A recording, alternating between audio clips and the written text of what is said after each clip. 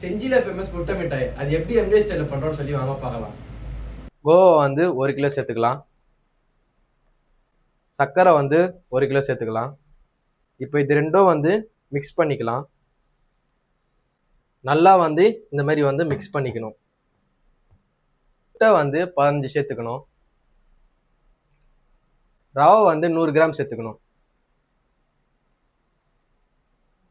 எல்லாமே வந்து நல்லா மிக்ஸ் பண்ணிக்கலாம். நல்லா மிக்ஸ் பண்ண அப்புறம் கீ வந்து 200 சேர்த்துக்கலாம். கடாயில் போட்டு கொஞ்சம் வந்து பீட் பண்ணிக்கலாம். நல்லா திக் கன்சிஸ்டன்சியில் வந்த அப்புறம் ஓடிஜியில் ஒரு 25 மினிட்ஸ் வந்து வச்சுக்கலாம்.